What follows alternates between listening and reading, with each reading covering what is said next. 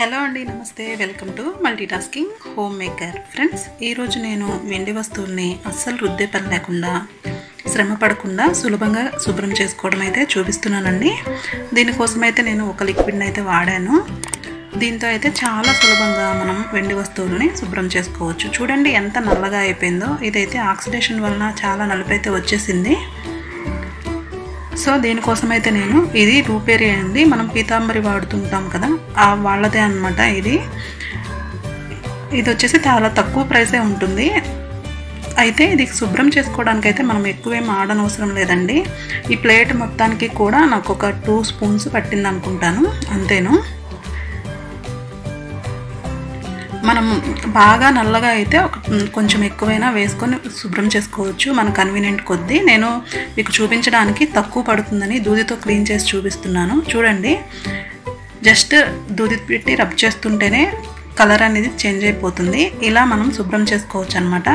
చూడండి, ఇదంతా తెల్లగా వచ్చేసింది. ఇక్కడ ఈ ప్లేస్లో నలుపు ఉందన్నమాట. జస్ట్ మనం కొంచెం కొంచెం లిక్విడ్ ఆ దూది మీద వేసుకుంటూ ఇలా రబ్ చేస్తే చాలు.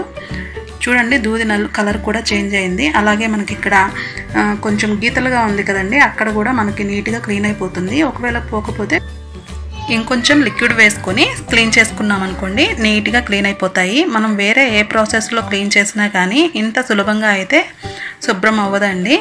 సో ఒకసారి అయితే ఇలాంటి పెద్ద పెద్ద వస్తువులు కొంచెం బాగా నల్లగా అయినప్పుడు మాత్రం ఇలా ట్రై చేయొచ్చు. మనకి కాస్ట్ కూడా అంత ఎక్కువైతే ఉండదు. సో ట్రై చేయొచ్చు అనమాట. చూడండి, మనకి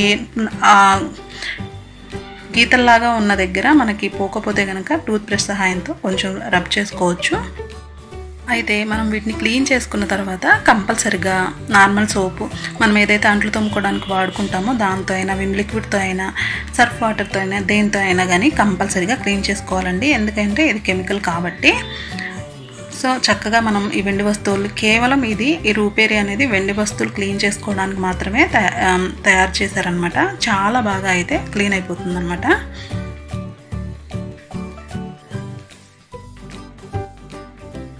మనం వాడిన దూది కూడా చూడండి ఎంత నల్లగా అయిపోయిందో. ఇలా మనం ఈజీగా శుభ్రం చేసుకోవచ్చు. మనం ఈ వెండి వస్తువులను చాలా ఎక్కువ ప్రైస్ పెట్టి కొనుక్కుంటూ ఉంటాం కదండి. మనం వీటిని ఇలా తక్కువ కాస్టే ఉంటుంది కాబట్టి ఇలా మనం శ్రమ పడకుండా ఈ లిక్విడ్ తోటి అయితే శుభ్రం చేసుకోవచ్చు. చూడండి, బ్యాక్ సైడ్ ఎంత నల్లగా ఉందో. ఫ్రంట్ సైడ్ అయితే క్లీన్ అయిపోయింది కదా. నేనైతే ఇప్పుడు బ్యాక్ సైడ్ క్లీన్ చేయడానికి ఇలాంటి మెత్తటి క్లాత్ని అయితే చూపిస్తున్నానండి. నీట్గా మీకు నలుపు కూడా ఎలా వదిలిపోతుందో ఈ క్లాత్ మీద చాలా బాగా కనబడుతుంది. చూడండి, ఇంత నల్లగా ఉన్న ప్లేట్ కూడా చాలా సులభంగా అయితే క్లీన్ అయిపోతుంది. చూడండి, ఇలా ఆ గీతల్లో ఉన్న నలుపు కూడా మొత్తం అంతా పోయిందండి. నేనేమి బ్రష్ యూజ్ చేయలేదు కదా, అయినా కానీ పోతుందన్నమాట. నేను వెండి పువ్వులు శుభ్రం చేసుకోవడానికి సర్ఫ్ వాటర్ అనేవి ముందుగానే కలుపుకున్నానండి. అవి ఆల్రెడీ శుభ్రం చేసుకున్నాను.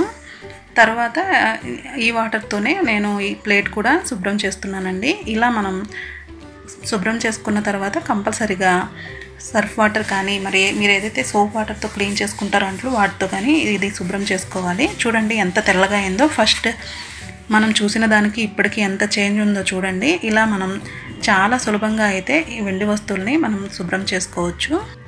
చూడండి, వెండి పూలు ఇదే ప్రాసెస్లో వీటిని కూడా నేనైతే క్లీన్ చేశానండి. ఎంత బాగా క్లీన్ అయ్యాయో చూడండి.